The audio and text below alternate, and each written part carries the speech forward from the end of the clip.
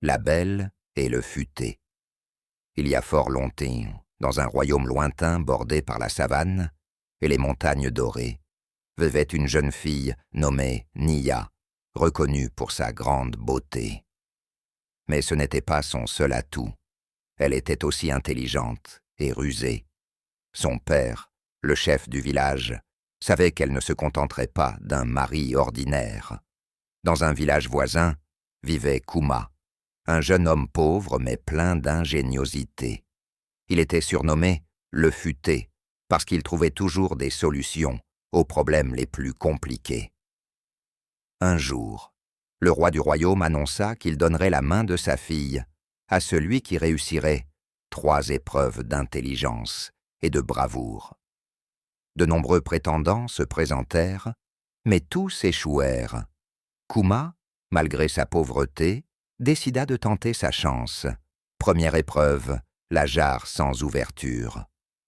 Le roi présenta une jarre en argile et demanda à chaque prétendant d'en extraire le miel qu'elle contenait sans la briser.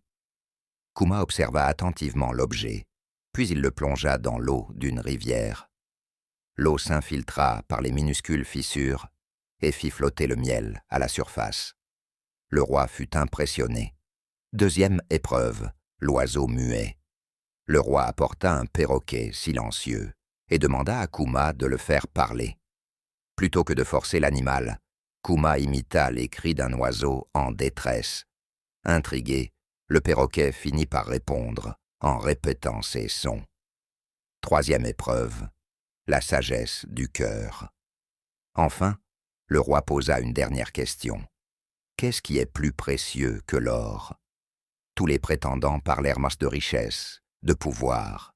Mais Kuma répondit « La sagesse et l'amour, car ils ne se brisent ni ne se perdent. » Le roi, émerveillé, accorda la main de sa fille peu à Kuma.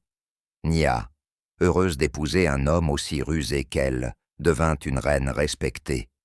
Ensemble, ils régnèrent avec intelligence et amour, et leur histoire fut racontée de génération en génération.